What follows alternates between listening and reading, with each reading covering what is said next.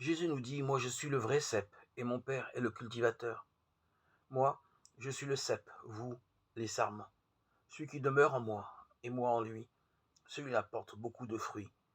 Car, séparé de moi, vous ne pouvez rien faire. Jean 15, 1, 5. Dans tout le monde végétal, il n'existe aucun arbre qui illustre de manière plus parlante que la vigne la relation de l'homme avec Dieu. Il n'y en a aucun dont le fruit et le jus soient aussi vivifiants et stimulants. Mais il n'en existe aucun qui, en lui-même, soit aussi foncièrement inutile. Aucun dont la croissance aboutisse si vite à faire du bois, mais du bois qui ne peut servir à rien, sinon à être jeté au feu. De toutes les plantes, aucune n'a besoin de sécateur de façon aussi impitoyable, aussi incessante. Aucune n'est aussi dépendante des soins de celui qui la cultive. On comprend que Jésus ait pris cette image de la vigne pour nous enseigner en particulier une double et importante leçon.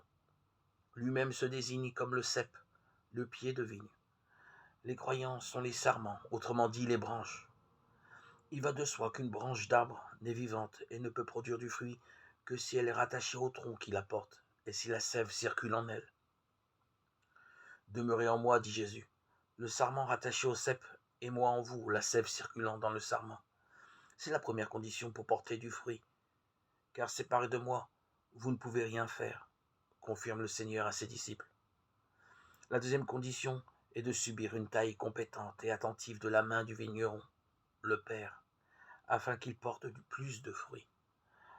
Porter plus de fruits, c'est laisser la vie de Jésus occuper nos pensées, réaliser sa volonté, faire ce qui lui plaît.